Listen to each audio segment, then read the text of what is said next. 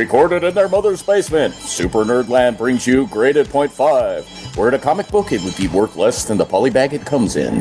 Hey everybody, and welcome back to Graded Point 5. Sorry for that hiatus. You know, life happens, but I got some good news that came out of it. I'm going to roll you back about 2 years when this all first really started. Before, Graded Point 5, before back issues. When we were on a stupid little block of streaming every week called The Weekly Grind with a friend of ours, Rotten Rye. He came to me one week literally and just says, Jason, I'm splitting up everything into 4 2-hour blocks. I want you to do one on comics. And mind you, he came to me like the day before recording. And he's just like, can you throw this together? I'm like, give me the right people, yeah. And he's like, well, who you got in mind? I immediately said Daryl and Wayne. And we did this for months. And it just had such a natural chemistry. We kept going, we really need to make a podcast out of this. And, life happened, scheduling happened, and mistakes were made along the way. Yeah. But I finally got all 3 of these bastards in the same room at the same time. About 2 fucking years later. Dude, it takes us a while to get to where we're going, but good things come to those who wait. Yep. Yeah, this is essentially the Avengers. A long time to get here, but built it up enough. And we brought in John, which is another good thing. Yeah. John always classes up the joint.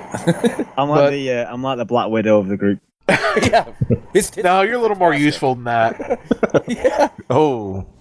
Or Hawkeye, is what you're saying? No, I'd have to say he's the Bruce Banner. Okay. Really smart, like Tony Stark level, but still not good enough to get his own solo movie.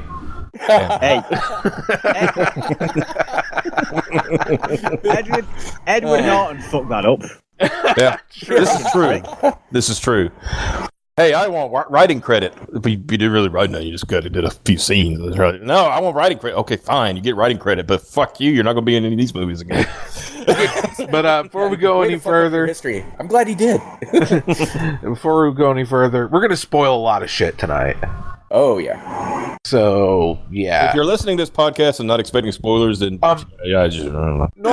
Normally I don't date the episodes, but with the new release cycle I'm planning, we're literally recording this on fucking May 6th, 2 days after Guardians of the Galaxy hit, 1 day, after Guardians of the Galaxy hit in the U.S.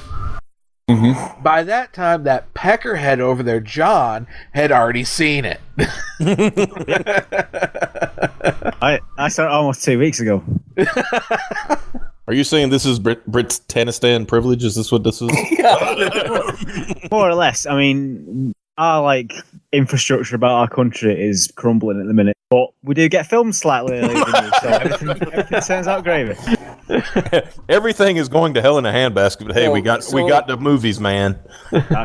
Yeah. So along with our voices naturally spoiling your sexual appetite, we'll be spoiling the movie as well this week. So if you don't want to listen to this, here's your chance to tune out now. But if you don't care about spoilers, there will be movie, more. Hang out with us. Don't leave. Just skip forward a bit. Skip forward about 20-ish minutes. If you come in and we're still saying, and then Peter did, and then you skip a little more. I'm gonna totally, in the middle of our next topic, just just fucking drop that shit right in the middle of it, out of context. It's like, man, I can't. We're talking about something completely random. And you're just gonna be like, oh yeah, by the way, Rosebuds is his sled. Snake killed Dumbledore. Darth Vader is Luke's father. It's just in the middle of the next segment, it's like, oh, by the way, what do you think about Guardians of the Galaxy when they fucking kill Goku? Hey, on that note, what'd you guys think of Guardians of the Galaxy when they fucking killed Yondu? That fucked my shit up, fam. Especially, it came right after that. Okay, we're getting ahead of ourselves, though. Let's start at the beginning. I'm sorry, I saw the opening and I had to do it. So did you just drop a real spoiler right Yes. now? Okay. That's a straight. That's a real spoiler, dude. Take that. Hot takes. code for Hot takes everything all to day. Yeah. Basically, when I originally said you should skip ahead about 20 minutes, you should have went ahead and skipped ahead 20. Oh yeah, we should have said starting now. All right, go back to when I Whoops. said skip ahead 20 minutes and then skip from there. Fuck them if they can't take a joke. Yeah. Oh fuck. At least I said, hey, we're going to spoil shit this episode first. That is true. Yeah, that's That true. is true. That's true. Yeah, our asses are covered. And but the thing is, like, man, I hate spoilers. I wonder when they're going to start spoiling stuff.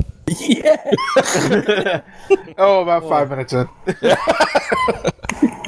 All right, let's Oh, get shit. to it. Let's talk about this right, yeah. film, this celluloid masterpiece, and I guess Yeah. masterpiece. I am actually going to get spoiled. I have not seen this movie because I am poor. Oh yeah. Same here. Oh, I dude. mean, I have seen it, but I'm also poor. I can relate. I'm seeing it on a fixed income. I'm giving up my insulin for this. Oh, I mean, just take another Definitely worth nap. it. It's fine. Just You don't- get you half. didn't- Just when you I get some don't know how that popcorn, shit get works. half salted, half sweet. You'll be fine. you didn't need that foot. You got two of them, man. Yeah, That you make can do. spare one. I mean, come on. Dude, then I can become a cyborg. Dude, Dude, if Kente could fucking spare a foot, so good. Oh my god. All right, so yeah. How do we begin this travesty of a podcast? I think we already did. We did that about 5 minutes ago. I wasn't paying attention. Oh, okay. No. Yeah. So Guardians of the Galaxy Volume 2 just hit here in America yesterday. Yeah. So let's talk about it. I guess. Let's start off with do the obvious thing. place. When you think Yeah. Guardians of the Galaxy, you got to think about the soundtrack. Yeah. John, you're a bit of a musical snob.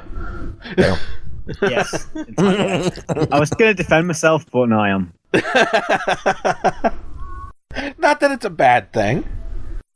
But did you get the same feeling that I did that the soundtrack was so perfect for this movie?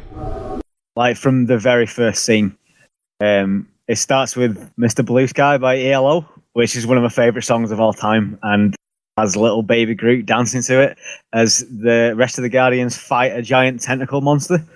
If that isn't sold it for you now, then I don't know what's This sounds like my Japanese animes. I had kind of an issue with some of the songs in the movie because I thought they were a little too on the nose. Like when they're playing that song There by is- Cat Stevens. Yeah. At the When, end when scene when Star-Lord's father revealed Right. to the Eagle, the living planet. He and yes, basically he did just goes form like, himself a penis. yeah, he totally has found himself a penis, and that's good to know. Yeah. He basically narrates the song, and I was like, oh, Yeah. you don't need to. Yeah. Right. A bit, It was yeah, it was a fair bit play the more songs on the fine. nose than But that I than would- your first movie. I wouldn't say the soundtrack was on the nose for that song.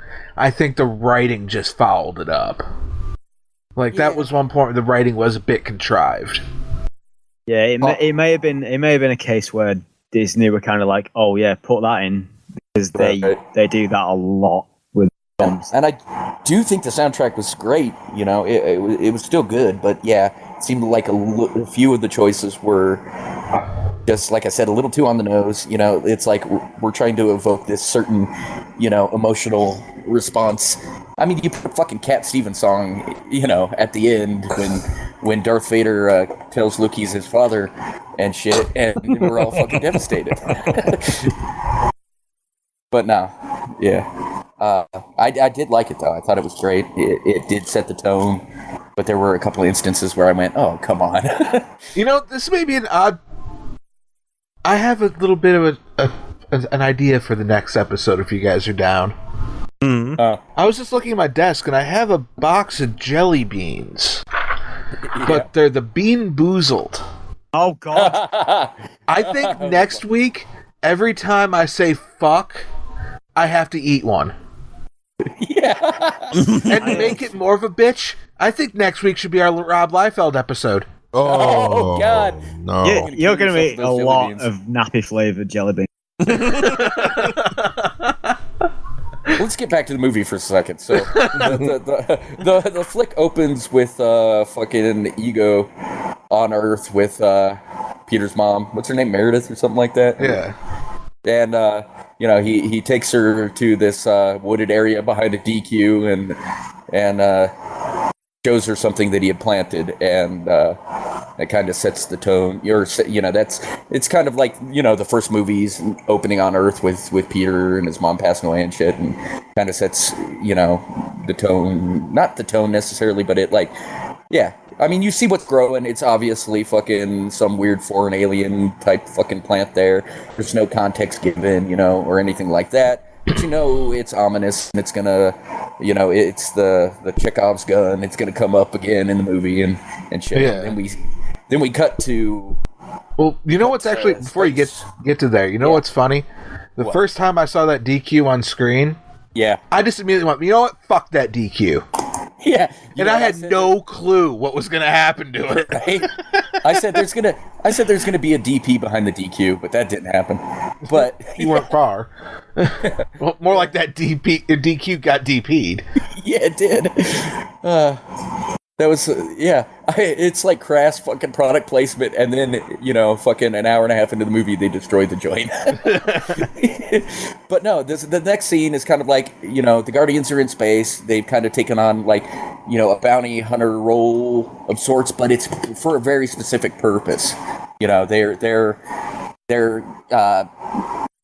They're running an errand of sorts for the Sovereign so that they can get Nebula in turn, so they can turn around and take her back to Xandar and hand her over to the Nova Corps. And so, Dude. I don't think we should go into like mind-numbing spoilery detail. Oh no, we're not going to. But I'm just saying we got to establish a little bit of it before we go into kind of like.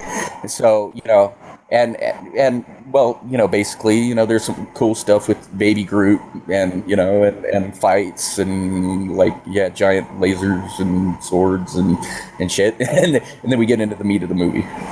And actually, that scene establishes one of my favorite parts of this movie. And that's Batista stealing the scene. Yeah. Like, John, you and I are both, and Wayne, you guys and I are old wrestling fans. Did you ever watch Batista in the ring and say, one day I'm going to be laughing my fucking nuts off at this guy? No. Other than doing the Batista phase. Well, even then, I was like, I was laughing about how horrible it was. But, other than that, yeah. I just kept yelling, going like, "Stop falling over when you do a powerbomb, you twat." quit overselling when Mark Henry shoves you. I mean, he's strong, but he's not that strong. Jesus. There's actually like a really awesome video. I think it's on like Chris Pratt's Instagram or something, where Batista's showing him how to do a Batista bomb on his wife. Oh God, it's fucking amazing. I saw one. It was Chris Pratt and Dave were painting each other. and Pratt was actually doing he drew a really good, Dave Batista, and Batista drew a rainbow with stars. I said, maybe Dave really is autistic. Maybe he is a little closer to Drax. But no, legit, he stole like almost every fucking scene he was in. He's definitely like a lighter version of Drax. Like he's happy in his new role, in his new family and shit, and he's lightened up a bit. He's still got that tragedy about him, but he's having more fun. He's trying to joke. He's trying to be humorous and shit, but he's still fucking Drax, But it's almost like after the first film, it's kind of going like, well, this is my new family now, because he says that a few times, like, oh, this is my family, and lost his old family and stuff. There is a great scene though where Mantis, like an empath, she can like sense what other people are feeling. She just touches him, starts just bursts into tears. Yeah, just because he's clearly just in so much pain all the time and just never talks about it. And all this kind of like, haha, I'm killing a giant squid from the inside out. Aren't I great? Yeah, it's kind of a facade a little bit. Yeah, yeah. And I fucking love that scene, by the way. he fucking they destroy the monster, and he goes spilling out. And he's like, I single-handedly destroyed the monster. Yeah. Fucking Drax, gotta love him. Yeah. He's got some really funny shit with Mantis too. Like, that's the real big thing about this movie. Like, if you really think about it, in the scope of the MCU, Ego is kind of inconsequential. Mm-hmm. So there's no real tie to the overarching, what the ongoings of the MCU. Which I thought was probably the film's best aspect. Yes. Because for me, a lot of the Marvel films recently have kind of blended into one. Like, you've got Civil War with all the other characters coming in. Yeah. Doctor Strange with like other characters there. Got Iron Man basically in like taking over the new Spider-Man film from the trailers anyway. Yeah. This was like a complete standalone. Like it was Well, aside from I guess Stan Lee's cameo was the most crossover thing there was. But that was about it really. It was right. very much like, oh, this is just a film on its own. We're gonna have fun and have a. And that actually paid off in the villain, too, by making him somebody that has these intimate ties to Peter. You ground him and make him more relatable. Like, he's a villain, we get to hang out with this character for a good while before he reveals himself to be a complete and total piece of shit, And he comes across like not too bad a guy. You see Peter's longing for a father figure coming out, and the way he interacts with him and shit. So he's more than just this character who shows up to kind of propel the heroes towards, some sort of resolution, or big fight or something, It was cool. That's the thing about this movie. Like I said, it's not connected to the greater MCU, but what it does is it doubles down on character development. Mm-hmm. Everybody, even fucking Kraglin, who was nothing but a background character in the first movie. Yeah. Boss gotta teach people stuff. Yeah. He's got an expanded role in this movie. Rocket's got a lot of development because you kind of find that Rocket is very kind of uncomfortable in this family situation. He thinks that at any moment they're just gonna fucking turn their backs on him. Like he's gonna be an asshole, and everybody's gonna leave him for it, or they're gonna push him away and shit. So. And of course, to compensate, he becomes more of an asshole. Mm-hmm. Yeah, he is somebody I think a lot of us can identify with. He is somebody, because of that fear of like rejection and shit, he pushes people away, and he has this really great scene with Yondu where Yondu's giving him a dressing down because Yondu sees a lot of himself in Rocket,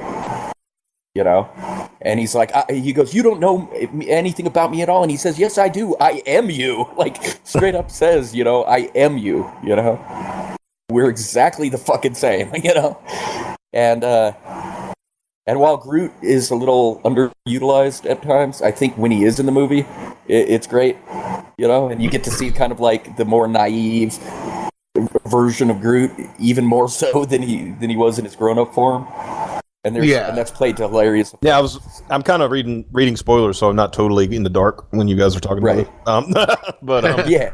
What James Gunn just said that he did Baby Groot. Well, first, I guess y'all might know that the movie is set like just a few months after the first one. Right. Yeah. Mm-hmm. And that he decided to keep Baby Groot because he, like you said, he wanted that more naive, like, like even more naive that, like you said, he wasn't the first one, but like as a baby, just about. It's like exactly.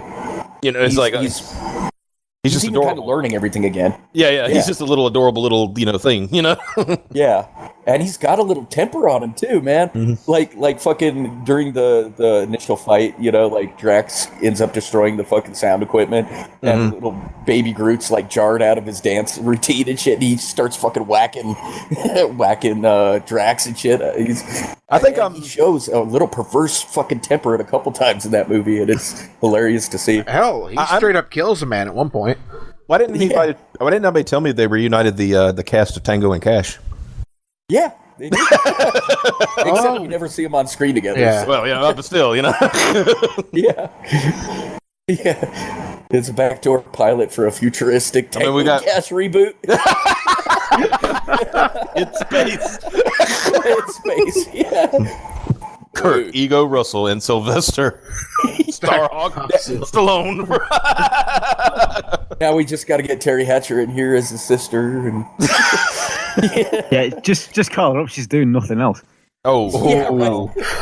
Ow. I think she did an episode of Supergirl. yeah. Yeah, right. That's the perfect reaction for that. Yeah, well, Yeah. No. She popped up and said, "Man, I was in a much better show. This is what's going on here." Now, see, this, I think, more than any other Marvel movie, is loaded with, like, comic book fan service. Like, Jason, in particular, Oh, was yeah. really fucking super psyched about the original Guardians being in it. And, I mean, you even see Kruger using his fucking magic and shit. Like, Well, at the it's, end. that it's like- minorly bugged me Yeah. because Kruger can't talk. Well, yeah, but I think it was more about showing Yeah. kind of what he could do more But than anything. That still felt a little kind of like really ham-fisted in a way. Yeah. I thought it was cool because I was just. I mean, yeah, this ties it into Doctor Strange. It shows that their magic is universal and shit. I mean, it's cool, but like I said, it just felt like Now really. Now it's random No, I trivia. Here's random trivia time. Did you Go know for it. that at first, Marvel films and I guess Disney did not have the rights to Ego? No, they had Yeah. to trade. They had to trade. What did they trade? They trade to 20th Century Fox. 20th Century Fox got Negasonic Teenage Warhead, and they got. Well, specifically, you Ego, could change power set. Well, yeah, Change to change set. power set. Yeah, they changed so they Yeah. could change the power set to, and then they got Ego essentially.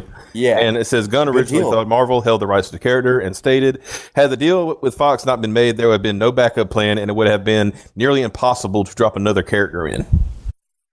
So he had. Right. It was like, well, if this don't work, I'm fucked. Yeah, and it's Like, glad that it's good who are that Fox you? was I willing am- just to say. Yeah, I'm some random character who kind of looks like Ego, maybe. But yeah, back to the original Guardians thing. I was Yeah. extremely satisfied with everybody but one. Aletta looked nothing like she should have. Acted nothing like she should have. It was just putting the name on another character. And her costume though was like it confused people. People thought she was Hela Yeah. from Ragnarok and shit. Like, yeah, she just was kind of nondescript. If you didn't know who she was within the context of the other Guardians, you wouldn't have known who she was. You know. And of course, I guess that goes for regular moviegoers too, but they don't give a shit. But And- like, yeah, even as a comic fan, you would have had to have inferred who she was by who she was hanging out with. Yeah. Stallone did a serviceable job as Stakar. Didn't have a lot to say. Yeah. And a lot of what he did say was kind of. It's It was a Rocky movie? Yeah, exactly. No, it was Stallone, period. Exactly. Like, this is Stallone's stroke. I mean, fucking. For the most part, At its he's just there to build Yondu's character. Yeah, yeah. And as it turns out, Yondu is a child trafficker. He's been Whoopsie. taking Ego's children to him for years, not realizing what he was doing. But as fucking yeah, god damn it, why can't I remember Starrock's name? Stakar. Yeah. But as he tells him, ignorance is really no excuse. You were doing some pretty fucked up shit. It was against Ravager Code, and he didn't take any pleasure in excommunicating him. But the code said he had to and shit. So it was just to kind of set up, Yondu's kind of isolation from his family, so to speak. And the movie is very much about that. The overarching theme is definitely family. Sometimes they hit you over the head pretty hard with it, but it's still pretty effective. Now- fucking Yeah, go for it. Nah, I was just gonna say, like, Peter definitely wants a dad, never realizing once, that the guy who raised him and kept his friends from eating him was pretty much his dad. Yeah. But he wanted that familial bond that he, kind of lost when he left Earth and his mom died and all that. Well, it's And, it's one of those things. Especially, like, I've seen that a lot with, especially older adopted children. They, it's like they always think like, oh, it'll be better with my, real parents, and then come to find out it's like, oh, my real parents are kind of shitty, So, Yeah. it's a And real Peter's his parent, I king should douche. say. Yeah. Yeah, that's what I say. Yeah, because obviously, I think he thought a lot of his real mother, but this character is like, yeah, never mind. Oh, yeah. What I really liked about that as well was it was kind of Peter was kind of like almost buying like Eagle's plan up until said like, oh yeah, by the way, I killed your mum. So sorry. Yeah, he's like, it killed me to put that tumor in her head. Yeah, and as soon as he said that, Peter was just there was no convincing him at all. From that point on, it was just like, right, you kill my mum, you're going to die, and I don't care. Like, if you're my real father, I don't care what it'll cost me. I'm gonna kill you. And he does, as a giant Pac-Man. Yes, he does. He turns into Pac-Man at one point, complete with the sound effects. And I laughed so hard, it was brilliant. And Jason and I were talking about this last night, and in a certain light, it can seem cheesy. But if you think about Peter, as an individual, and that not just being, his time on Earth was during that very specific era and shit. Like, so of course, the shit that he draws from that is going to be, stuff like that. But Peter, just as a person, is that fucking wacky and weird. He even says when Ego tells him that he can do all this great shit with by tapping into his celestial power. Oh yeah, by the way, Peter's half celestial. Yeah, I saw that. Yeah, I've read that. Yeah. but he tells him by tapping into his power he can do all and Peter's like, oh, I'm going to create all sorts of weird shit. So it kind of fits into Peter's personality, I think. It's one of those things that in a different movie might seem a little too cheesy, but it was so brief too that it didn't really, they didn't play it out too long, Yeah. So I was more willing to just accept it as being, another one of Peter's fucking weird ass quirks, But yeah, I mean. Well, I think this is a perfect time to get into the real meat and bones of what we brought together today to do. Which isn't spoil every instant of Guardians of the Galaxy 2 for the listener. Oh, yeah. Because trust me, if we don't stop ourselves, we will. Oh, yeah, the Watchers are in it. and Adam Warlock. Yes, he is. And Howard the Duck. Yep. And you're out of luck until you gun duck. All right. And apparently Cosmo. Let's talk about what we saw before the movie. That being the Thor Ragnarok trailer. Oh, wait, before we do, can we just all, sum up our Guardians talk by, what did you think, what did you think of the movie, and what did you think of it by comparison to the first? Do you think it was better, worse? Oh, I thought it was far better. Yeah? How about you, John? I thought it was kind of like Dark Souls 3 compared to Dark Souls, in that Dark Souls 3 is a completely better game than Dark Souls, technically and mechanically.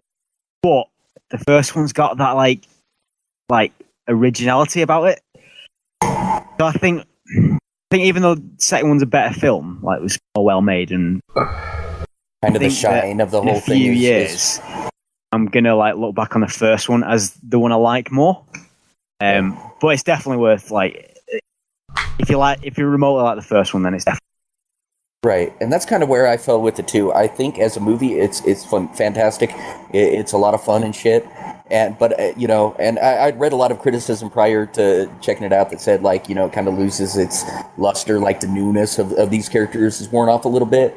But I think the movie picks it up by having all these really great character building moments that kind of build on what we saw in the first. So I think that's the movie's strength.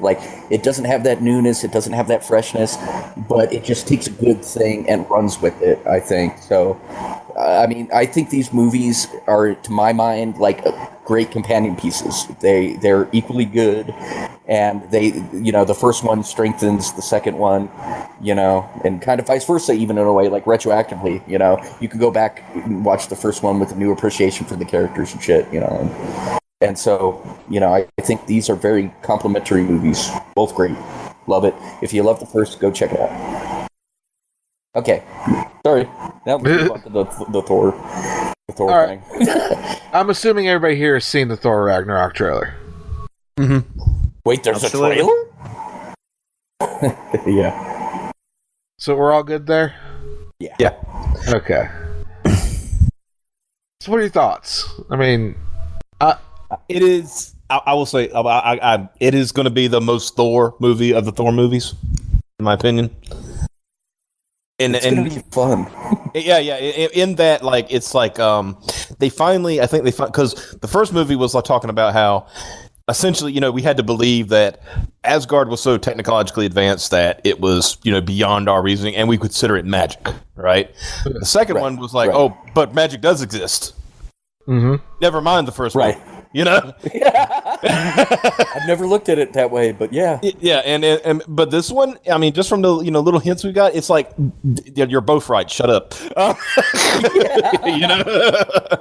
So, that's why I said it's going to be the most Thor movie of the Thor movies, and because that's always what it's been. If you follow the comic, because what is what it evokes for me, honestly, and I think you might agree, the old Walt Simonson days. Exactly. That's what I was getting at. Like, Walt always had a good balance of it. He's like, yes, they are, a magical race of, God people, but they're also technologically advanced. That's, things like that. He had it both ways. And that's what stymied, I would say creators in, later years, they'd had to go one way or the other. They couldn't figure out how to get that happy medium that Walt always had. Yeah. And I think this movie is kind of finally getting to the point of striking that. And then, of course, the Hulk. Now, I'm really excited this movie because of the implications it has for other movies. Like, with Kevin Feige saying that Thanos' motivations are going to be very much like his comic counterpart. I think that Thor Ragnarok is introducing us to the Marvel Cinematic Universe's version of Lady Death. In the form of Hela, and I think that she has control over the dead and shit because she is wielding the soul gem and shit. So I think Thanos is going to have a very keen interest in her for a couple of different reasons. And so I'm kind of excited about fucking implications it has for other movies. But I am also excited for this one. I mean, that scene alone at the end that everybody's talking about, the one where fucking Thor realizes his next opponent is fucking the Hulk, and his fucking reaction to that just looked awesome. Like, oh, yeah. Yes, I know and he's a friend from work. Yeah. That's like, well, I think I like about it's like that, the emotion that went with it, yes. The Thor movies weren't really, even Thor in the, Avengers movies, not really known for emotional, you get your, standard Asgardian. It's like, I'm big tough guy and we do things differently and, things like that. But this was actually genuine happiness. Yes, exactly. It was like, motherfucker was enthused. Yeah. And I think we haven't seen that since the Avengers when he last went toe to toe with the Hulk, and he was getting that beat down and he kind of got that smile on his face, like here's finally a worthy opponent, Yeah. So yeah. I mean, and kind of like in the first Avengers, like dropping one-liners, like I mean. The first Avengers, I've always said the best line in the whole movie was like when they were talking about Loki, and he says, be careful what you say. He is the son of Asgard and also my brother. And they say he killed 40 people. He killed 80 people last night. Yeah, he killed 80 people last night. He is adopted. Yeah, he is adopted. It's the way he said it. He is adopted. And we were talking about this the other night. And I think we all kind of came to the consensus that Thor works better as an ensemble character. But this movie, I think, I don't know. I think this is going to finally show that Thor has a bit of strength on his own. Actually, as I'm saying that, I'm realizing, though, that a big bit of this movie's appeal is bolstered, by the fact that it's going to also kind of loosely adapt the Planet Hulk storyline. So, maybe. Of course, I'm very interested. I mean, I know the last we saw the Hulk was in Avengers 2. That must be some damn good jets that they have in that fight. Right, like, what happened? Yeah, how the hell did you get in space? It was the Illuminati. Oh, okay. I mean, yeah. Everybody kind of hypothesized. If they could, I mean, the only problem is, like, as it currently exists, there is no Illuminati because those people don't know each other yet. But that would be, that would be an interesting, maybe not that Illuminati that we know from the comics, but like a version of it, right? Like. That's just Tony Stark and fucking Nick Fury laughing around a table. Hey, you know what'd be a great idea? What's that? Let's send Banner into space. Yeah. Brilliant. Next week's fucking meeting. Hey, remember that time we sent Bruce into space? Yeah, that was great. Totally Yes. not gonna have any future ramifications at all, man. Because everything I do is brilliant, right? I'm Tony fucking Stark. I've never created AI that fucking destroyed an entire city. Yeah. Oh yeah, and it's like, I know, and I'm Nick Fury. I'm a spy. I can get away with anything. Oh, by the way, accidentally, I kind of covered Hydra for like 30 years.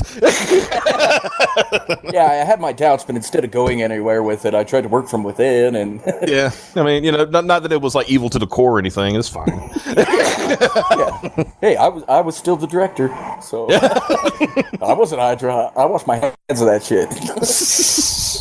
But no, I mean, yeah, I don't know. I'm kind of eager to see if they actually explain that, because I think a lot of fans theorized after fucking Avengers 2 that's probably where he was going to end up.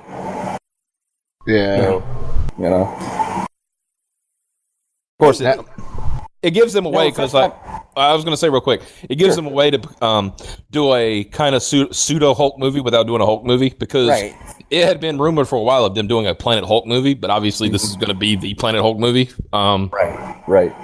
Because apparently, like Jason said, fuck you, Hulk, you don't get your own movie anymore. Right.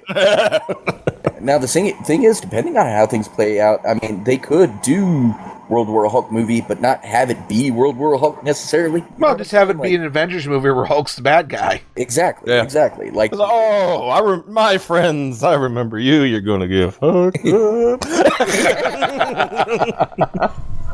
oh, But yeah, like here's something that'll make you happy in the pants, Wayne.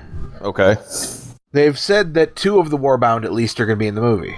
Oh, that's what I was going to ask. Korg and Meek. oh, that'd be cool. Now, my question is, the guys in Guardians of the Galaxy, the ones that were fucking working with Ronan, they were Sakarans, right? And that's the planet that it takes place on, right? I think. Yeah. Well, don't they kind of because they also have the collector, the Grandmaster, isn't it? And whatever. Yeah, exactly.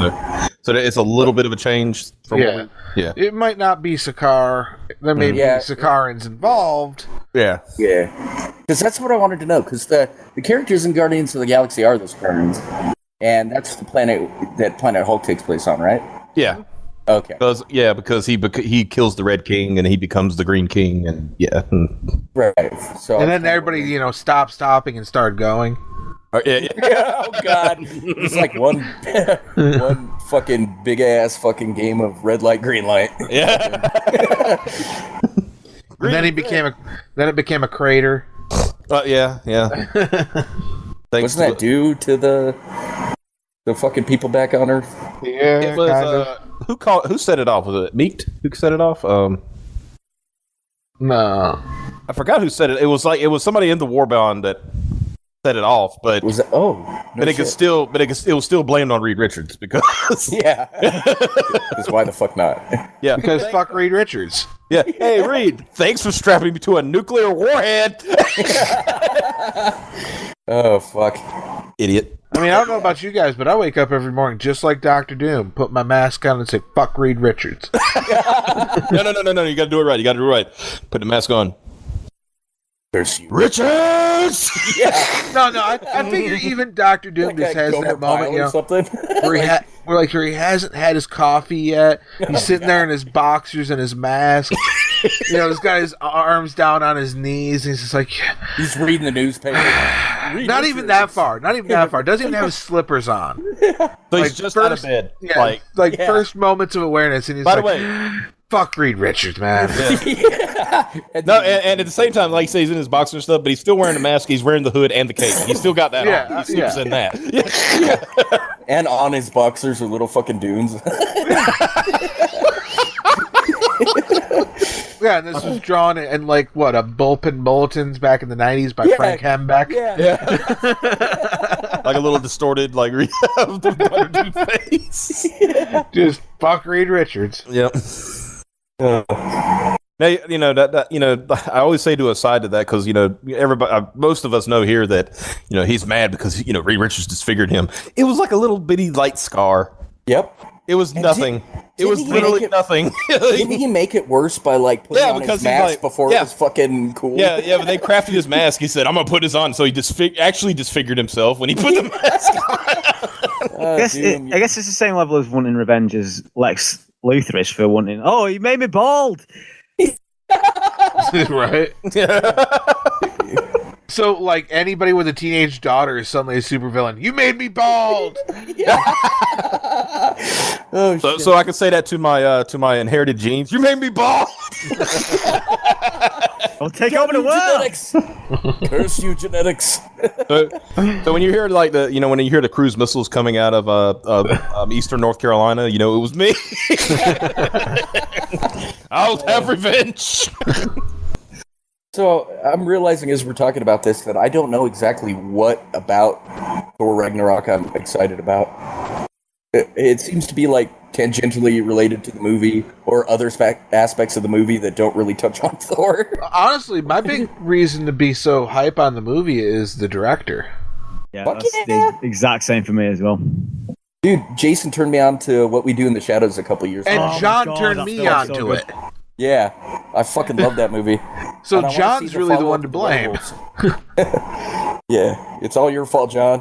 What have I done now? You're the one that got me to watch that movie. Oh, yeah. I win. What's his name? Taika Waititi? Taika Waititi is his name? Yeah. And he did What We Do in the Shadows, which is, I think, a Netflix film. And then he also did The Wilder People, which I don't know if you've seen, but it's got Sam Neill in it. Who's also apparently going to be in Thor Ragnarok, and excited about that. So yeah, like he's a great. Just gonna be there. Gonna be there really as his character from Jurassic Park. Oh my god, Dr. Alan Grant, the greatest character in all of cinema. He's gonna be hounding the Grandmaster, thinking it's the old doctor dude from Jurassic Park. So is that green guy? Is he a new dinosaur? We just discovered? Like, what the fuck? I mean, to be fair, Jeff Goldblum is in it. Yeah. He'll literally say, "Just because you can doesn't mean you should." No, like half the movie is going to be Sam Neill trying to convince the Grandmaster he's Ian Malcolm. I also, have a chaos theory. Yeah, very, very interesting. Very, very interesting. Yes. But yeah. I fucking love. This is one thing that I think Marvel does well. Their choices of directors and their actors. Like going back to Guardians. I love Kurt Russell. From way back when and shit. But who thought? I mean, yeah, sure. Ego was a fucking scenery chewing motherfucker, but he also had some depth to him and shit. And I guess I wouldn't have expected that. And then you get like. Taika here, who, seems like a fucking left field choice as a director. And, the trailer was like fucking, it was hype, So, I don't know, like Peyton Reed came in and fucking picked up the pieces of God, that guy whose name I can't remember. Wright. Edgar Wright, yeah. Picked up the fucking pieces of his Ant-Man project and made a movie that turned out way better than it had any right to be. So, like, and then on the DC side, I'm a comic book fan. I want all this shit to succeed. So don't take this as me dissing DC. That all comes from the fact that they keep hiring Zack Snyder. Yeah. I mean, I guess we could say for DC, at least they've learned their lesson. It's like, oh yeah, Zack Snyder's not going to be in charge of the universe anymore. Yeah. Let's take it out of his hands because that's a bad idea. It's all going to be. We're basically going to have like an 18-hour 300 if this keeps going. Oh Lord Jesus!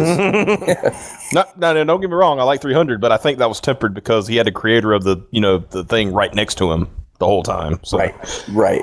So it's a little bit different, Kind of when left to his own devices, he does kind of show, like Watchmen was a great story.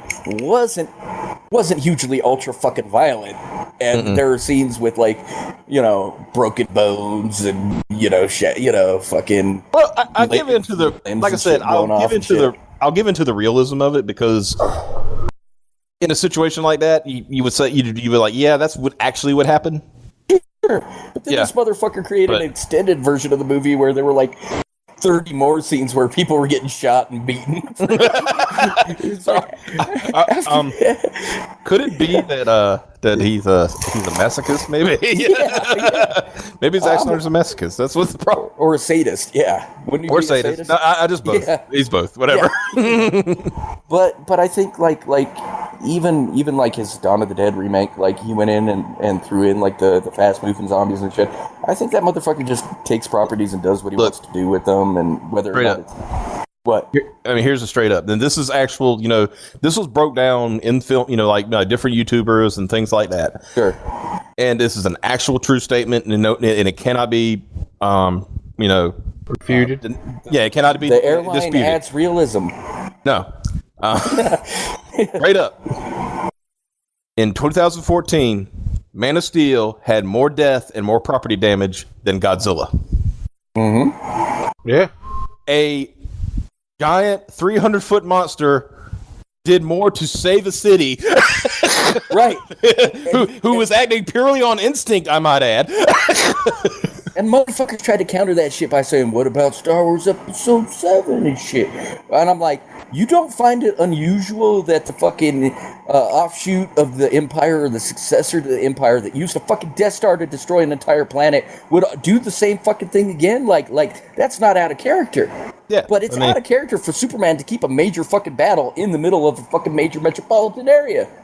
I have long since been have a lot of discussions about my hatred of that film, of Man of Steel.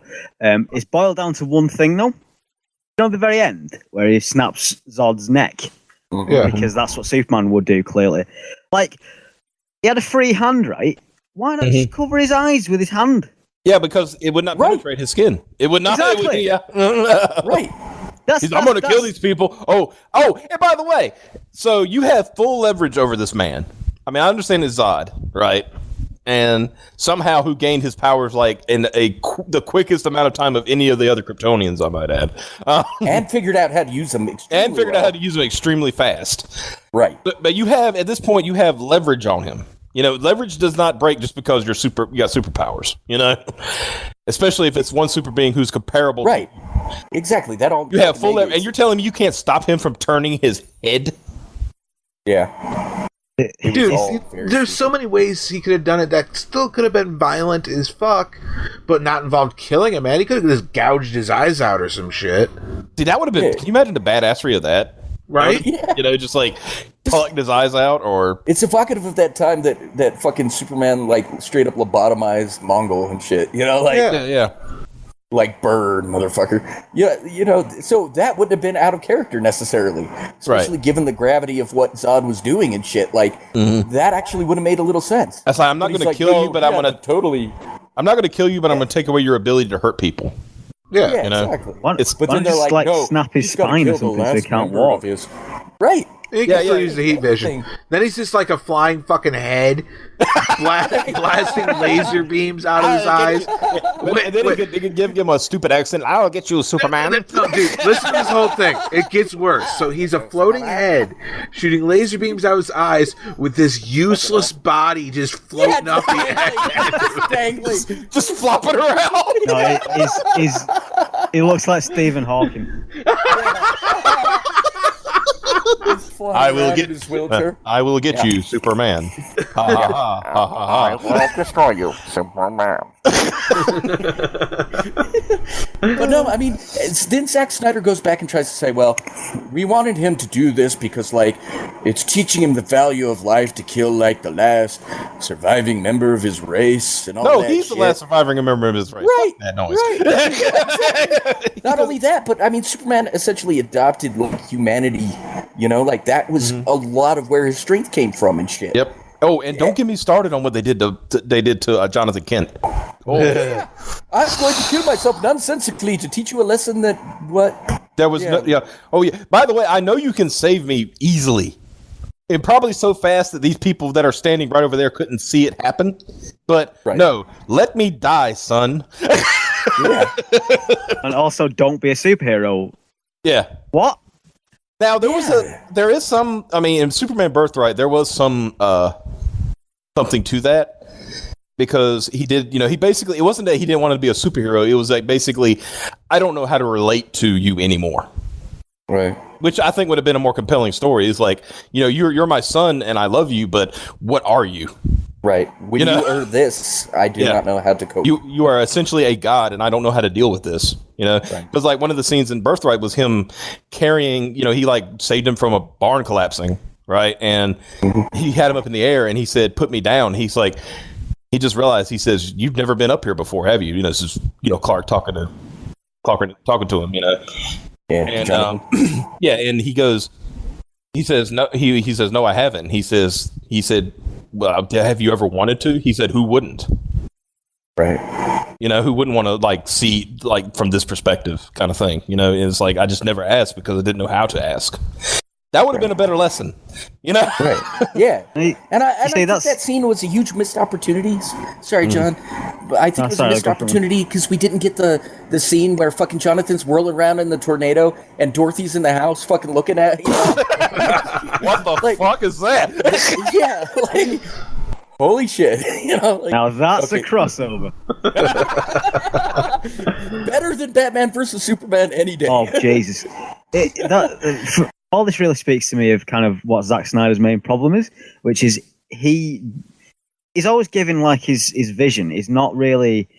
Warner Brothers, from what I understand, don't really interfere until the film's done anyway, in the case of Suicide Squad, where they just edited it to something else. But for him, he's always like giving his vision and they let him do it. And for all his films, it seems to me that what Zack Snyder thinks is cool is kind of what a 14-year-old thinks is cool. Oh my God. Zack Snyder but he's Vince like, Russo. But it's like, Oh my God. So it's pathetic. And it's just like, Very much so. anytime you try and have such subtext in it, like saying earlier, that the idea of him, Jonathan Kent, not being able to relate to his son because like he's scared of losing him almost, as opposed to people finding out is an alien or whatever. That's much more interesting than going like, "Oh, don't save me because people know that you're a weird alien and the government will take you." That's not interesting. That's just something that someone goes, "Oh yeah, whatever, that's fine." And then Superman kills Zod for no reason at all.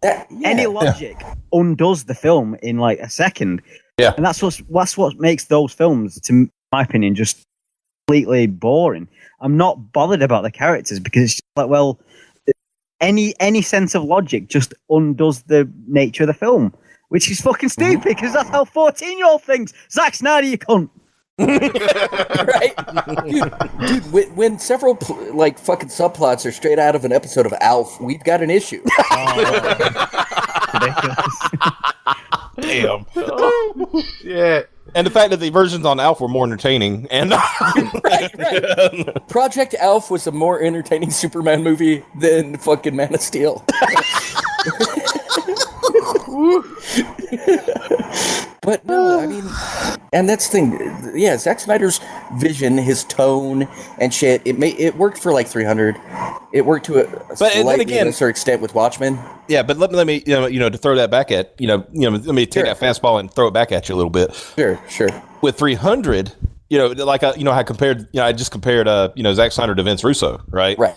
It's like, this is going to be a great idea, guys.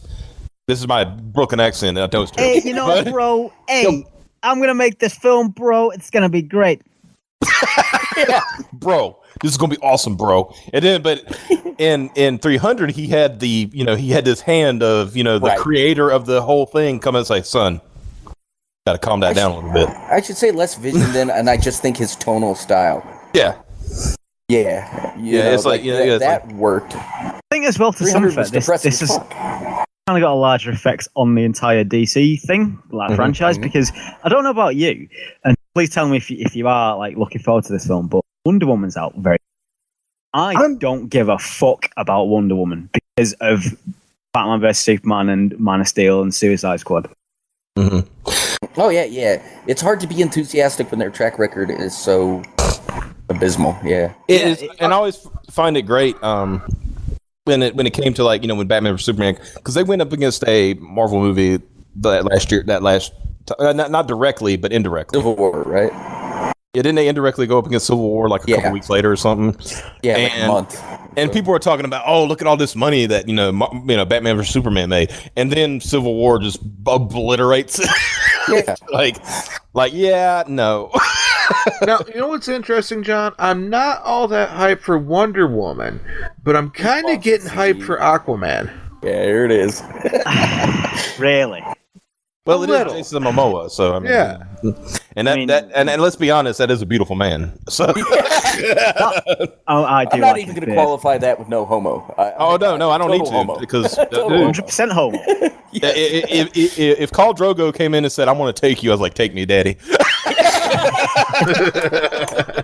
I think that's one of those. I think that's one of those things where you can always find something.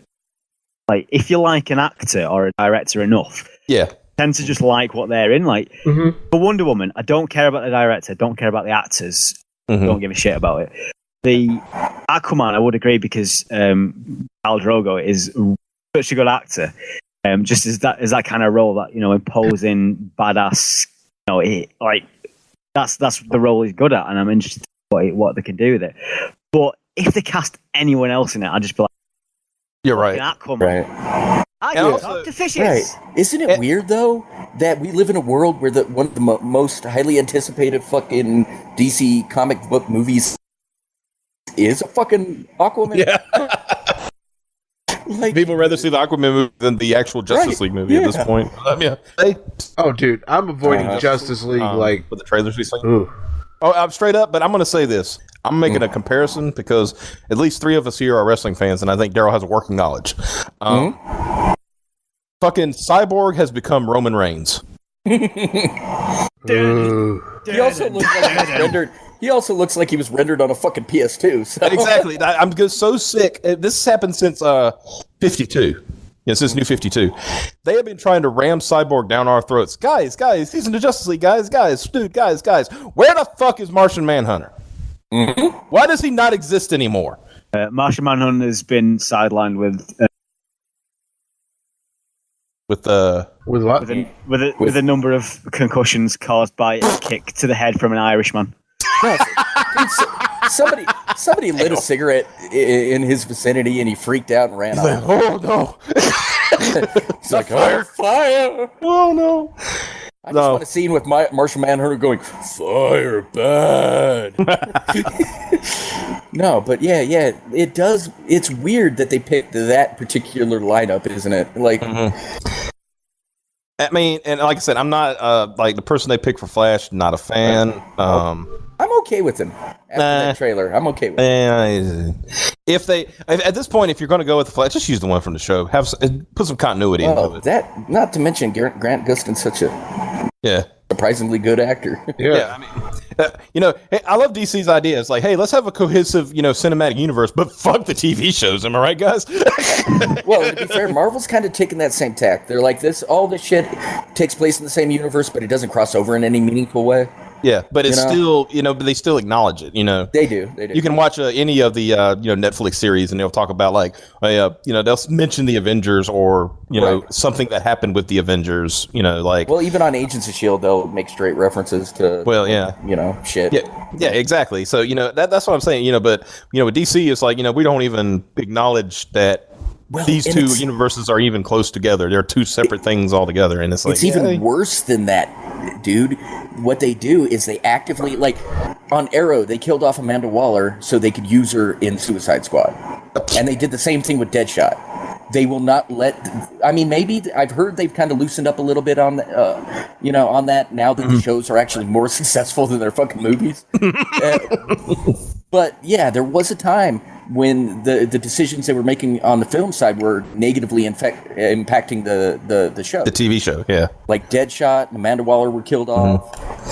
Similar to what's going on with what Disney Marvel has to bend over backwards to make sure they don't use an X-Men reference of any kind, right, in their movies and shit. Yeah, right. So they position the Inhumans as the MCU's version of the X-Men. Yeah, right. So it's the shows are so much better. It kind of irks me because of course everybody with Hugh Jackman, he said Logan is his last Wolverine movie. And they asked him straight up, if in some perfect universe it could happen, would you be in an Avengers movie? He said, I would come back for that. he said I would come back to the character that time for that, you know. So Yeah. It's a bit ridiculous, really, because like every time I watch one of the X-Men films, not including Deadpool or Logan, because they were kind of like their own universe almost. Mm-hmm. They didn't really interact with the other X-Men. Those X-Men films now, I've determined I hate them all, like uniformly. you're telling me you didn't like X-Men versus Ivanus? I mean X-Men Apocalypse. Oh God, There were certain things about that movie I enjoyed. I like Oscar Isaacs, and he, but yeah. Sorry. I think the failure of the Apocalypse character was on design, not. And No, but yeah. I'm definitely eager to hear how you came to this conclusion, John. Yeah, I want to hear this. This could be good. it's just such a mess of everything, because what they do is I've actually been reading some of the old X-Men 80s stuff. I've gone back a little bit as well with Dark Phoenix and stuff. It's just so good. Like the characters is just incredible, and the thing that really stands out is they're all unique characters. Like from a visual standpoint, they've all got their own like costumes and stuff. And they went with the like Grant Morrison like late 90s design, which I mean, for a film when they were launching it was fine. But I went back and watched the original X-Men and 2, which was best. They really haven't held up well at all. Just like they're so dated, and the new films haven't moved on from that. They've tried to do a weird half reboot, half remake launch thing. It's really weird. And every time a film comes out that isn't Logan or Deadpool, I've been like, please, for the love of God, just let the rights go back to Marvel. For fuck's sake, because I'd have faith that they'd do it right. And just being able to see like Wolverine in that universe would be incredible. It happened last year with fucking Spider-Man being in it. Oh, yeah, it's brilliant. And that was fantastic. They actually they nailed it. They nailed the character, but I think on the whole, really, all the Marvel films have got the characters, at least the heroes, pretty much spot on. Yeah. Maybe a bit of an issue with the villains, but that's... Yeah, I mean, there's some villains that probably need a little work, but other than that... Loki rules all. Yeah. I thought Hugo Weaving did a good job as Red Skull, but... Yeah, but he said he doesn't want to do it again. Well, that's he said it was a check cashing thing for him. Well, Hugo Weaving is not really a. He's kind of like a one in. He's usually a one. I mean, Lord of the Rings aside, Matrix. Yeah, he's kind of like a. In most movies, he's a one and done guy unless it's something huge. Yes, he voiced Megatron, but which nobody wanted him to do, including yours truly. Right. Yeah. I was like, I mean, literally, when he first time Megatron spoke in the movie, I was like, oh, it's Hugo Weaving trying to be Megatron. That's good. No, it's not. It's terrible. John, I can kind of agree with you, man, because we were actually talking about this last night, and that's kind of the conclusion I came to, too. It's like, not just like trying to maintain this tone even across their like reboots and stuff, but like the fact that everything, like even when they kind of did that soft reboot or whatever by taking it back to the First Class, era and shit, they introduced a whole host of new kind of continuity issues that they then tried to wipe out with Days of Future Past, but not really successfully, because then Logan comes out and they kind of have references to shit that maybe shouldn't have happened and stuff like that. And then they were like look at like X-Men Origins Wolverine, where we've got Emma Frost, right? Yeah. We've got a girl who can turn into Diamond. That's Emma. They even call her Emma by name. And then a version of her shows up 15, 20 years earlier, who's obviously like 30 years older. Yeah. It was like they had this smorgasbord of fucking characters, and they just threw them into these movies without really any thought to how. It was just like fan service for the sake of fan service and shit. And it was just. Psylocke showed up in X-Men 3.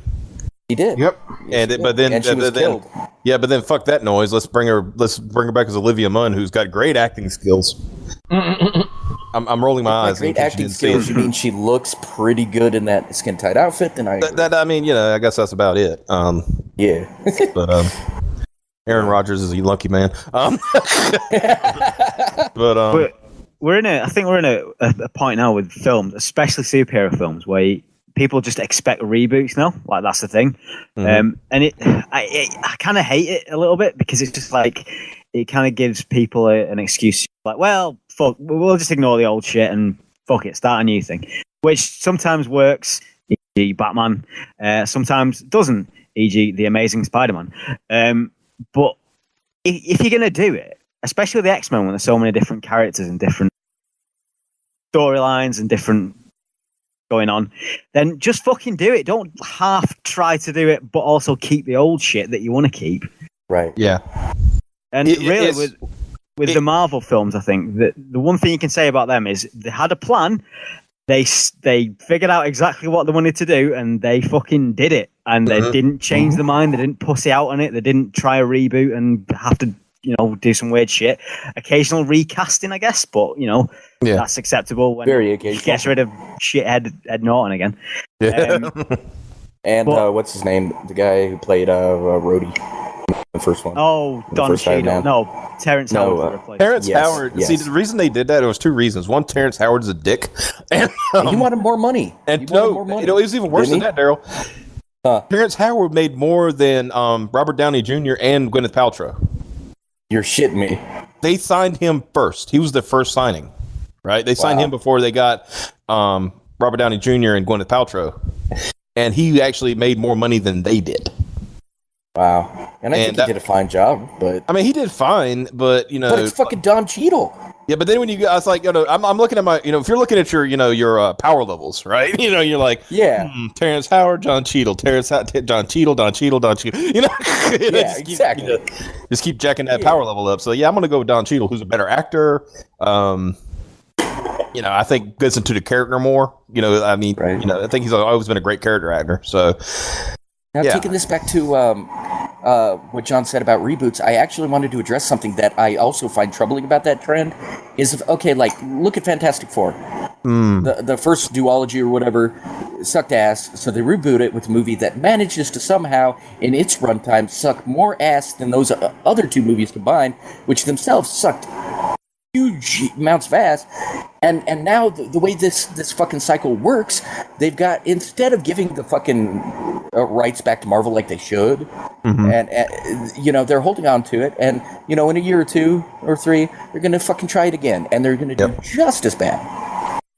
see, that's what I'm That glad. is what this fucking reboot culture. I mean, granted, we're having to deal with another reboot with Spider-Man, honestly, but that's what Right. it is. What it is. Let's call it what it is. But Sure.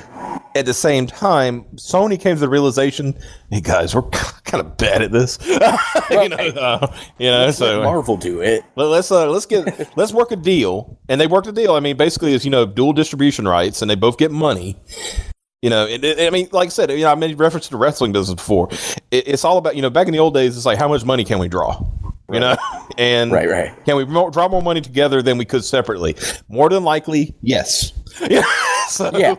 So if let's say if you're, I mean, I know the take is not 50-50. I mean, it's got to be like probably a 70-30 or something like that. But either way, even if it's that, so if you're, splitting the profits like, $1 billion, dude, I'm just tanking like $40 million, $400 million. Hell yeah. I mean, that's more than what I got, and I didn't have to do anything. Exactly. What I mean? I wouldn't be surprised if Sony just went basically licensed it back to them and just went, right, you do whatever you want, we don't care, just give us like 1%. We don't put any money in, but you can use charity, you won't go for it. Yeah. But then it's like you get a critically really well received film, and you also get like 1% of $1 billion. So great. Yeah, Everyone Exactly. win. Don't fucking Fox do that with X-Men, you bastards. Well, there was fucking talk. Fantastic Four. There apparently has been talk about it, and that was after. I mean, some people. I mean, I guess it did okay, but it didn't do great. With X-Men Apocalypse. Right. So there has been rumblings that there has been talk between Disney and Fox about some kind of deal being worked out. They probably Right. will be able to do Fantastic Four. That'd be the one I'd expect them to do first, because X-Men's Still quite a successful franchise. True, and Right. if they did Fantastic Four, I think it would work because that could fit into the MCU. Because I've always said the Marvel universe is nothing without the first family, and I think the MCU could use the first family. And just the fact I want to see the Hulk versus Thing on the big screen. And also, how do you follow up Thanos? But except Jason Galactus. maintains Doom, but Galactus is where I'm going with that because you've got when you've got a fucking universe fucking destroying threat like Thanos, where do you go from there? And that's Galactus. You could always use Doom in the Fantastic Four introduction movie, right? But then what happens is, because it always happens, is like Galactus shows up. Doom's got to quote help Reed Richards, but he's not really helping Reed Richards. He's helping Doom, and at the same time, he's figuring out a way to screw everybody over and steal the power so he can do it himself. Well, shit. That is actually pretty. And that's the funny thing is that's kind of a common trope from the Fantastic Wayne, Four. you're only missing one beat to that. But then he screws it up at the end. No. He tries to steal the power cosmic from the Silver Surfer. Yeah. And then literally you have a Fantastic Four storyline right there from the comics. And they did kind of try that in the second of the first. Hey guys, did you know that Silver Surfer's powers come from his surfboard? Did you know that? That was something I did not know until I watched that movie. That was amazing. Did you know that Galactus is a cloud? Oh yeah, man. He's a fucking storm cloud. It's funny you mentioned that. I got to tell this little anecdotal story. This is something I read one time, and I died laughing reading it. Right, because at the time the executive producer for Fantastic Four for both movies was also the executive producer on X-Men, right, at Fox. At Fox, right. And they never showed the Sentinels in in the X-Men movies. People's like, where the fuck are the Sentinels? That would be awesome. You kind of saw them in the third one. Yeah. I mean, you kind of saw them in the third one, but you didn't. But not really, because it was just a it was a head. Yeah, it was just a training thing. But, they said, where are the Sentinels? And then, of course, people say, oh, man, we're going to get Galactus. And, of course, it was a cloud instead of, giant person man going to eat planet.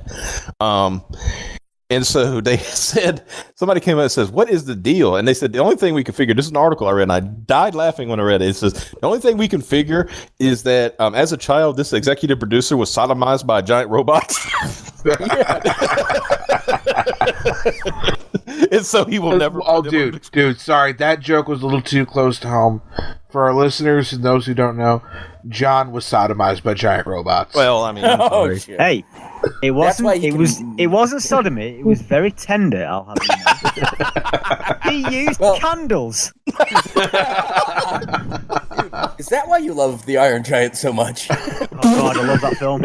I'll cry. It is a legit great film. And also rip my arsehole open again. But Tim Story did. I think he directed Fantastic Four and Rise of the Silver Surfer, and the issues he had with those is like he thought Galactus was ridiculous and all that shit. So he was like, "No, we're just gonna do a storm cloud. That way we get a taste of Galactus without actually." Oh man, I would love Marvel to take that fucking shit back and actually give us that giant purple fucking helmeted motherfucker. Mm-hmm. Just to see how it would look on screen, man. Yeah. Yeah. But I love that your concept is actually kind of a mix of that and what Jason was talking about as Doom as the villain. Because the great thing about this too is you could have it where he steals the cosmic, the power cosmic or Well, the thing is, and like, reshapes the Marvel Cinematic Universe. Leading to, they can recast, they can fucking introduce new characters and shit. I do think ultimately that's where this is all going to head. Is they're going to have like you say, almost an event that changes the Marvel universe. So Robert Downey Jr. is no longer Iron Man, Tony Stark, but someone else, someone young is cast as him. I think that's Jeffrey Dean Morgan. Oh God, yeah. I think that's definitely where it's kind of heading. All this stuff. It has to eventually head that way. I mean, as much as I love Robert Downey Jr. as Tony, it can't work forever because he's getting older. They're gonna want to continue this, in 40 years, and how do you do that other than just recast all the characters? And I think they've got enough faith, or they've built up enough faith in the fan base now where allowed to do that, and they're allowed to. And it's like you said, you could do that. What they call we called it. Marvel was the king of it for years. Was the soft reboot. In the comics. Right. Where how many times has we've seen de-aged characters. Or characters return from the dead, but they still pick up where they left off. It was like nothing was lost. And what hopefully I would love to see in this kind of thing is Marvel doing like what ifs and stuff, with a different branding or whatever. One thing I'd love to see is Marvel 1602. That would be fucking amazing. And this is like the kind of thing where they can do that. They kind of would acknowledge that there is a multiverse. Right. In something like this, and then here's the main continuity. This is the rebooted universe. We've got a new Iron Man, new Thor, blah blah blah. But then here's like a Logan where they've got the old cast back and stuff. Here's a Marvel 1602 where they just do completely off the wall thing written by Neil Gaiman, obviously, which I always love to see. Stuff like that is going to be, I think, hopefully what I'd like to see. But what they do. Absolutely.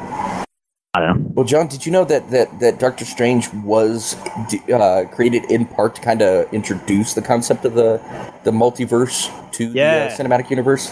So they're kind of planting the seeds there. I do, like that. They've kind of got an idea that it developed from Thor and went with that, which I think is probably the best way of doing it. Not really kind of delved into it. It's kind of just been alluded to, but sure. I'd like to kind of see that idea develop and do crazy, batshit insane films. That's the thing. I mean, if Feige, and the people that are masterminding this shit are fucking half the hyperactive fucking fans that we are. I mean, they could take this shit in some potentially mind-blowing fucking directions, and that's what so excites me. That's why I'm here for the long haul with Marvel shit. I just they would have to at this point they had to do a major fuck up for me to be disinterested in Marvel movies, right? I specify Marvel movies, because I don't want to get into what they're doing with their comics. But that's another episode. Yeah, exactly. Yeah, Jason titled that episode "How Marvel Destroyed All Their Goodwill." But I think they have got to the point now where they basically are as big a franchise as Star Wars, because basically any film that comes out with Star Wars on the title somewhere is going to be a massive blockbuster success, and a lot of people are going to like it. Really, there hasn't been a Marvel film that I've not liked. The closest, I guess, is something like Iron Man 2 or the original Hulk, Incredible Hulk. Which weren't bad films by any stretch. They were just kind of a bit. Well, that was not as good as the first one, but okay.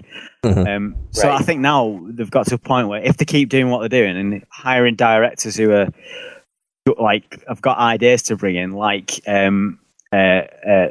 that directed Guardians, James Gunn, thank you, and Taika Waititi as well.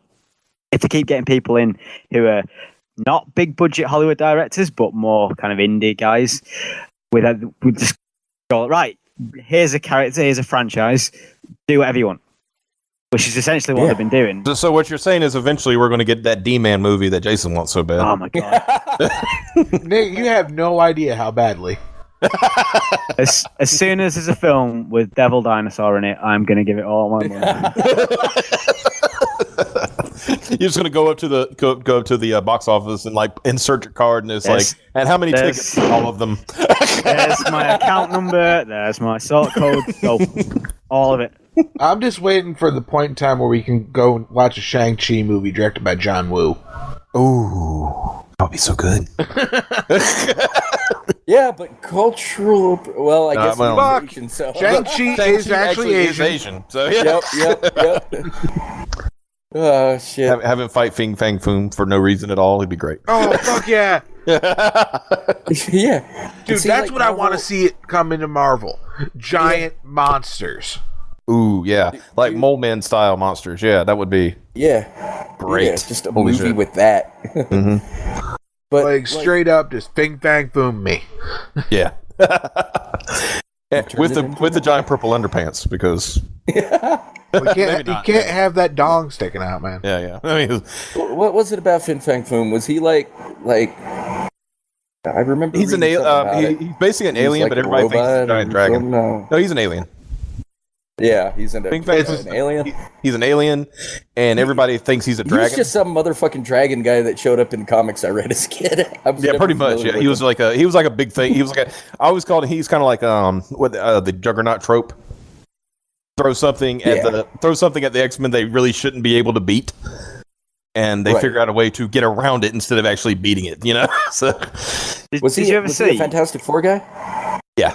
So what? Yeah. Okay. Did you ever see? I think there was a What If. I think it was a What If comic, or somewhere in the batshit 70s era of Marvel. But there was a mecha thing, Fang Foom. Yes. It was. Yeah, that's what I was thinking about. Yeah. Mm-hmm. So funny. Because it's just like clearly everyone was on LSD when they wrote this comic. Well, dude, back then they had like Marvel also had the rights to Godzilla, and Godzilla it was not versus Barkley. Yeah, I mean, it was not it was not the Godzilla that we know from the the movies and stuff like that. It was just a different looking Godzilla, kind of like the TV show, that old cartoon. But they had him fighting like shit, like Fin Fang Foom. He fought the Avengers one time, and apparently Wasp could communicate with Godzilla. It was really weird shit. Why? I don't know. It was great. Right? It's like kind of like with like Disney owning Marvel and and of course the Lucasfilms and stuff like that. Are we really one day going to see the crossover of Avengers versus Return of the Jedi or some stupid Guardians of the Galaxy versus the Jedi? Dude, Guardians of the Galaxy was a better Star Wars movie than the last several Star Wars movies. So, well, you're not wrong. But, guys, we've been ranting and raving for a while. I think this is illogical. Falling asleep over here. well, no, I'm just going on realizing we're coming around to the hour and a half mark. He's calling it the logical conclusion point. Hey, you say at the beginning of the show, motherfucker, you said let it happen. Now, let this textual rape happen. Let this textual rape happen. Stop. Okay? Ladies and gentlemen, we apologize for Daryl's. Do not apologize. We apologize for Daryl's word rape. Well, see, here's the thing, Daryl. I say we're going to wind down now so that we'll be done within the next half hour. No, I do think, we've kind of, the discussion was petering off a little bit there, so I do think I do agree that we've reached a natural stopping point. But yeah, us motherfuckers could go on about this shit all night, and we have. So. I like you just, and we have, it's just. Oh, yeah. Well, hope you all have enjoyed what you've been listening to. Support your local comic shop. Support your, Disney, Marvel. Oh, yeah, wasn't today Free Comic Book Day? Yes, it was. Go get your shit. Yeah. Well, it won't matter by the time this airs. Well, still. Oh, yeah. Go get it next Go year. back in time. Go get in the DeLorean and go get your comics, you dumbasses. Or either way, go support your local comic shop. And if you've got the money, support the Comic Book Legal Defense Fund. I think we're going to need it after my rape comments. Yeah. Yep. The weird thing is, we haven't even aired this episode yet, and I'm already receiving complaints. Well, yeah. I find what he said offensive is like, wow, just preemptive outrage. Like some of the weirdest part, Daryl, you've also motherfucker Daryl talk. You've also had 3 death threats and 1 very graphic rape threat. Again, all me. How dare you joke about rape? I will stick my penis right up your ass. So it was you that sent it. Well, grumble, grumble, grumble. Rump.